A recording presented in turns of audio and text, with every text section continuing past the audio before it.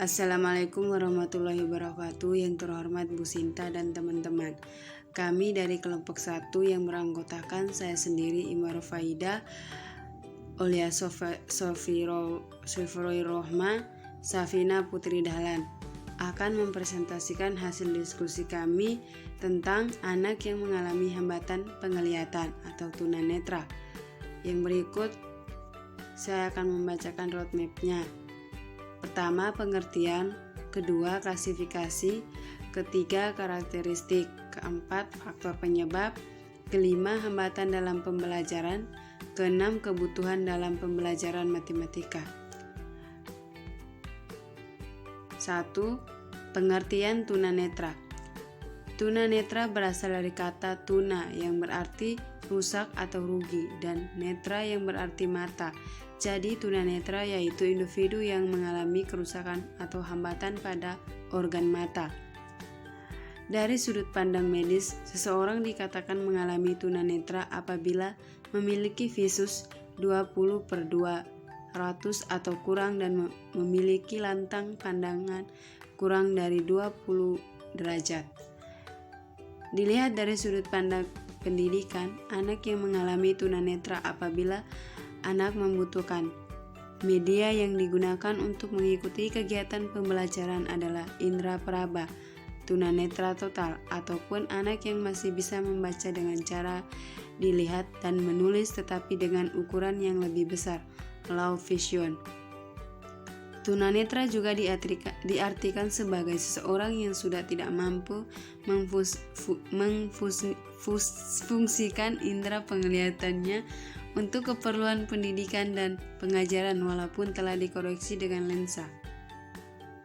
Dengan demikian dapat dipahami bahwa tunanetra yaitu kurangnya fungsi atau ketidakfungsian indera penglihatan seseorang untuk melihat bayangan benda dalam aktivitas sehari-hari sehingga membutuhkan pendidikan khusus guna mendukung aktivitas belajarnya.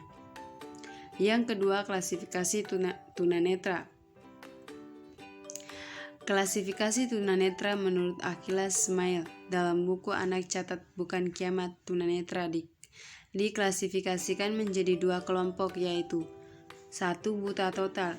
Buta total yaitu kondisi penglihatan yang tidak dapat melihat 2 jari di mukanya atau hanya melihat sinar atau cahaya. Mereka tidak bisa menggunakan huruf selain huruf braille. 2. Lion vision. Lion vision yaitu kondisi penglihatan yang apabila melihat sesuatu maka harus didekatkan atau mata harus dijauhkan dari objek yang dilihatnya atau memiliki pemandangan kabur ketika melihat objek. Yang ketiga, karakteristik tunanetra. Anak menyandang tuna yang kehilangan informasi secara visual memiliki karakteristik sebagai berikut. 1. Rasa curiga terhadap orang lain. Tidak berfungsinya indera penglihatan berpengaruh terhadap penerimaan informasi visual saat berkomunikasi dan berinteraksi. Seorang anak tunanetra tidak memahami ekspresi wajah dari teman bicaranya atau hanya dapat melalui suara saja. Hal ini mempengaruhi saat teman bicaranya dengan orang lainnya secara berbisik-bisik atau kurang jelas sehingga dapat mengakibatkan hilangnya rasa aman dan cepat curiga terhadap orang lain. Yang kedua, perasaan mudah tersinggung. Perasaan mudah tersinggung juga dipengaruhi oleh keterbatasan yang ia peroleh melalui auditori atau pendengaran. Bercanda dan saling membicarakan agar saat berinteraksi dapat membuat anak tunanetra tersinggung. Verbalisme. Anak tunanetra yang mengalami keterbatasan dalam pengalaman dan pengetahuan konsep abstrak akan memiliki verbalisme, sehingga pemahaman anak tunanetra hanya berdasarkan kata-kata saja secara verbal pada konsep abstrak yang sulit dibuat media konkret yang dapat menyerupai. Perasaan rendah diri. Keterbatasan yang dimiliki anak tunanetra berimplikasi pada konsep dirinya. Implikasi keterbatasan penglihatan yaitu perasaan rendah diri untuk bergaul dan berkompetisi dengan orang lain. Hal ini disebabkan bahwa penglihatan memiliki pengaruh yang cukup besar dalam memperoleh informasi. Suka berfantasi. Implikasi dari keterbatasan penglihatan pada anak tunanetra yaitu suka berfantasi. Hal ini bila dibandingkan dengan anak awas dapat melakukan kegiatan memandang, sekedar melihat-lihat dan mencari informasi saat santai atau saat-saat tertentu. Kegiatan tersebut tidak dapat dilakukan oleh anak tunanetra, sehingga tunanetra hanya dapat berfantasi saja. Berpikir kritis. Keterbatasan informasi visual dapat memotivasi anak tunanetra dalam berpikir kritis terhadap suatu permasalahan. Hal ini bila dibandingkan anak awas dalam mengatasi permasalahan memiliki banyak informasi dari luar yang dapat mempengaruhi, terutama melalui informasi visual. Anak tunanetra akan memecahkan permasalahan secara fokus dan kritis berdasarkan informasi yang ia peroleh sebelumnya, serta terhindar dari pengaruh visual penglihatan yang dapat dialami oleh orang awas. Pemberani. Pada anak tunanetra yang telah memiliki konsep diri yang baik, maka ia memiliki sikap berani dalam meningkatkan pengetahuan, kemampuan, keterampilan, dan pengalamannya. Sikap pemberani tersebut merupakan konsep diri yang harus dilatih sejak dini agar dapat mandiri dan menerima keadaan dirinya serta mau berusaha dalam mencapai cita-cita. Selanjutnya ada penyebab dari tunanetra. Nah, yang pertama adalah adanya prenatal atau dalam kandungan, misalnya faktor keturunan. Pernikahan dengan sesama tunanetra dapat menghasilkan anak dengan kekurangan yang sama, yaitu tunanetra. Kemudian pertumbuhan anak di dalam kandungan. Nah, biasanya itu tunanetra itu juga dapat terjadi karena adanya keterlambatan pertumbuhan dalam kandungan, misalnya gangguan pada saat ibu masih hamil. Terus adanya penyakit menaun seperti TBC sehingga sel-sel darah tertentu rusak ketika masih dalam kandungan. Kemudian adanya infeksi atau luka yang dialami oleh ibu hamil, misal akibat terkena rubella atau cacar dan sejenisnya. Kemudian infeksi karena penyakit kotor yaitu toxoplasmosis yang biasanya ada di kucing. Kemudian tumor dan lain sebagainya. Dan yang terakhir karena kekurangan vitamin tertentu sehingga menyebabkan gangguan pada mata sehingga anak tersebut kehilangan fungsi penglihatannya. Bisa juga akibat atau penyebab dari tunanetra itu terjadi saat kelahiran. Nah, periode neonatal atau saat kelahiran ini yaitu periode di mana anak dilahirkan. Misalnya anak tersebut dilahirkan secara prematur atau dengan bantuan alat, posisi bayi tidak normal, kehamilan ganda atau kesehatan bayi. Kemudian postnatal yaitu merupakan masa setelah bayi dilahirkan. Hal ini bisa terjadi karena adanya kerusakan pada mata atau saraf pada waktu persalinan. Kemudian pada waktu melahirkan ibu mengalami penyakit gonorrhea sehingga baksil gonorrhea menular pada bayi. Kemudian mengalami penyakit mata yang menyebabkan ketunanetraan, misalnya kurang vitamin A, diabetes, katarak, glausoma dan lain-lain. Dan yang terakhir kerusakan mata disebabkan terjadinya kecelakaan. Yang kelima yaitu hambatan bagi tunanetra. Hambatan dari tunanetra sendiri itu berasal dari beberapa hal, misalnya dari internal. Internal ini biasanya karena keterbatasan fisik yang peserta didik, motivasi belajar yang tidak stabil, terus perbedaan daya tangkap peserta didik dalam menerima materi. Itu juga karena adanya perasaan rendah diri, sehingga perencanaan pembelajaran yang kurang sesuai dengan kondisi peserta didik. Kemudian minimnya sarana sebagai sumber belajar, kurangnya dorongan dari orang tua, terbatasnya waktu pembelajaran, dan keterbatasan tenaga pengajar. Karena kan kebanyakan sekolah-sekolah di Indonesia itu memang menerapkan pendidikan inklusi, namun terkadang sekolah inklusi ini belum menerapkan secara penuh. Misal, guru-guru reguler dalam sekolah inklusi tersebut kurang memahami bagaimana cara mengatasi anak-anak inklusi. Meskipun kadang di beberapa sekolah inklusi itu disediakan guru inklusi, namun jumlahnya masih sangat terbatas. Selanjutnya, anak-anak dengan gangguan penglihatan mengalami kesulitan dalam menyelesaikan tugas-tugas visual. Nah, ini tentu saja dirasakan oleh anak-anak tunanetra karena kan biasanya ada soal yang berupa identifikasi gambar dan lain-lain, sehingga mereka pasti agak kesulitan untuk melakukan hal tersebut. sehingga butuh bantuan orang lain untuk mendeskripsikan apa yang ada di gambar.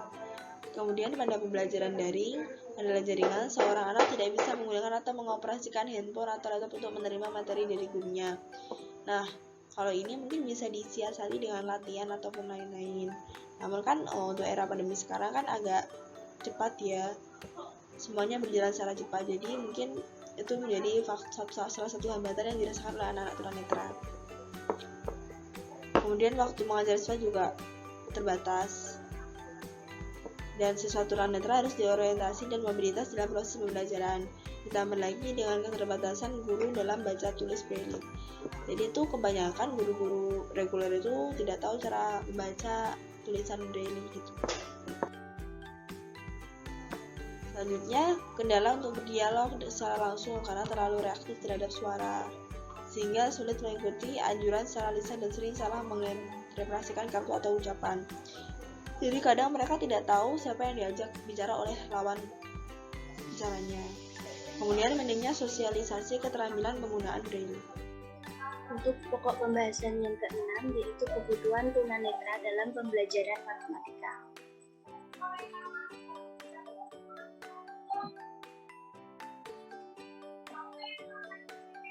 Yang pertama adalah penggunaan huruf braille atau gambar timbul. Yang kedua adalah pembesaran huruf atau tulisan dalam pembelajaran matematika yang dapat diterapkan bagi tunanetra dengan adanya alat bantu hitung atau alat dalam pembelajaran matematika seperti Taylor frame, papan hitung atau kubaritma, sempoa atau abacus, kalkulator bersuara, media atau alat peraga, serta metode pengajaran yang lebih efektif. Serta dalam pembelajaran matematika, khususnya materi konsep tentang bangun ruang, anak disuruh meraba bentuk bangun ruang yang telah disediakan oleh guru. Sehingga dalam hari ini diperlukan kebutuhan yaitu sebuah alat peraga. Untuk pokok pembahasan yang ketujuh adalah identifikasi dan assessment.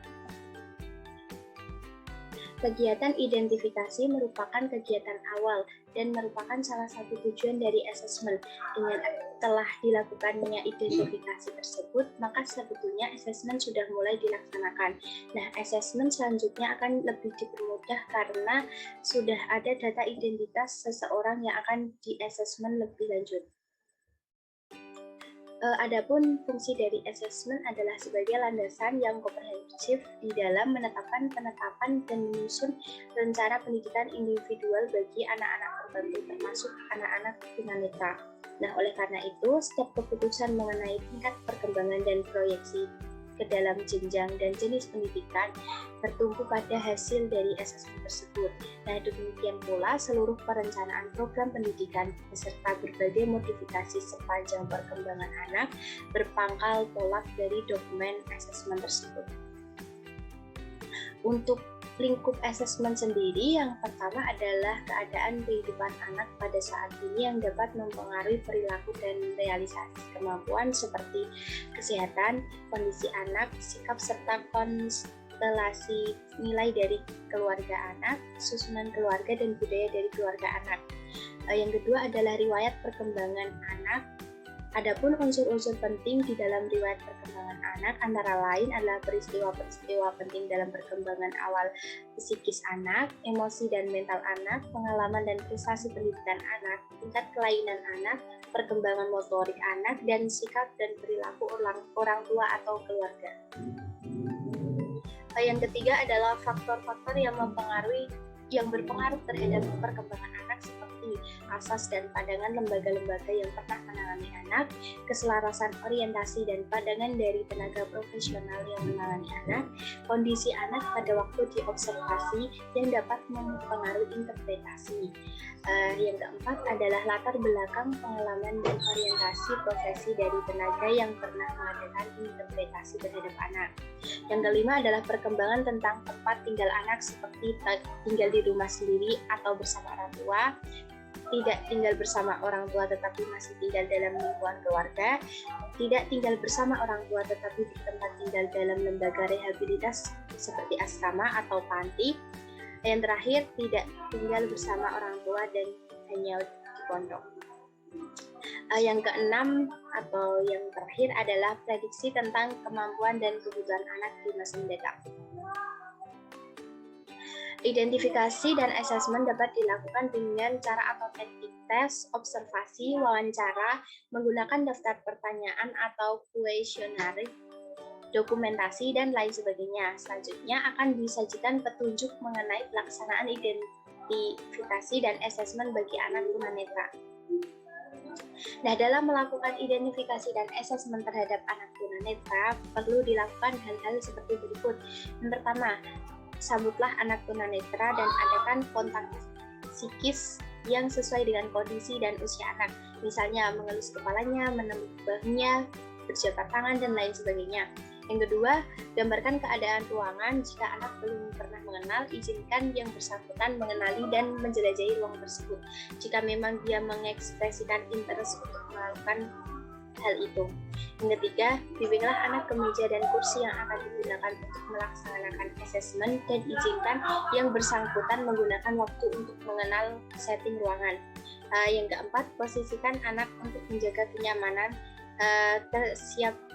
kesiapsiagaan, tingkat gerakan maksimal dan penggunaan sisa penglihatan secara optimal. Memposisikan psikis secara optimal untuk mengontrol gerak, terutama bagi anak tunamajemuk. Berikan tambahan waktu kontak termasuk stimulan bagi anak yang tidak responsif untuk kesiapsiagaan dan menerima perhatian yang maksimal. Jelaskan apa yang akan Anda perbuat, dan bagi anak yang sudah siap, jelaskan untuk apa informasi yang Anda peroleh dari asesmen. Setelah itu, sebelum asesmen dimulai, berikan kesempatan kepada anak untuk memeriksa bahan-bahan dan peralatan apa saja yang akan digunakan dalam asesmen. Untuk memulai setiap tes, misalnya dengan mengetuk atau memukul objek, atau menandai secara verbal, atau sentuh anak secara lembut untuk membantu yang bersangkutan dalam mengenali objek, bahan-bahan, atau peralatan yang digunakan dalam asesmen. Selanjutnya, bantu anak untuk melalui tuntutan tugas untuk membuat petunjuk yang pasti tentang pemahaman anak. Selanjutnya, sediakan petunjuk verbal dan taktual untuk menirukan tindakan badan pada waktu di dalam keterampilan motor atau perawatan diri. Selanjutnya, jika mungkin, tambahkan elemen suara dalam tugas-tugas untuk merangsang interest. Nah, pada kesimpulan asesmen, ucapkan terima kasih kepada anak dan pesan dalam beberapa komentar penutup yang menunjukkan interesting pada yang bersangkutan dan apa yang telah ia kerjakan. Adapun daftar pustaka yang kami gunakan dalam menyusun presentasi pada kali ini, cukup sekian presentasi dari kelompok 1. Apabila banyak salah dan kekurangan, mohon maaf yang sebesar-besarnya. Terima kasih. Wassalamualaikum warahmatullahi wabarakatuh. Membangun negeri tegak berdiri untuk masa depan, memadukan dan mengembangkan keislaman.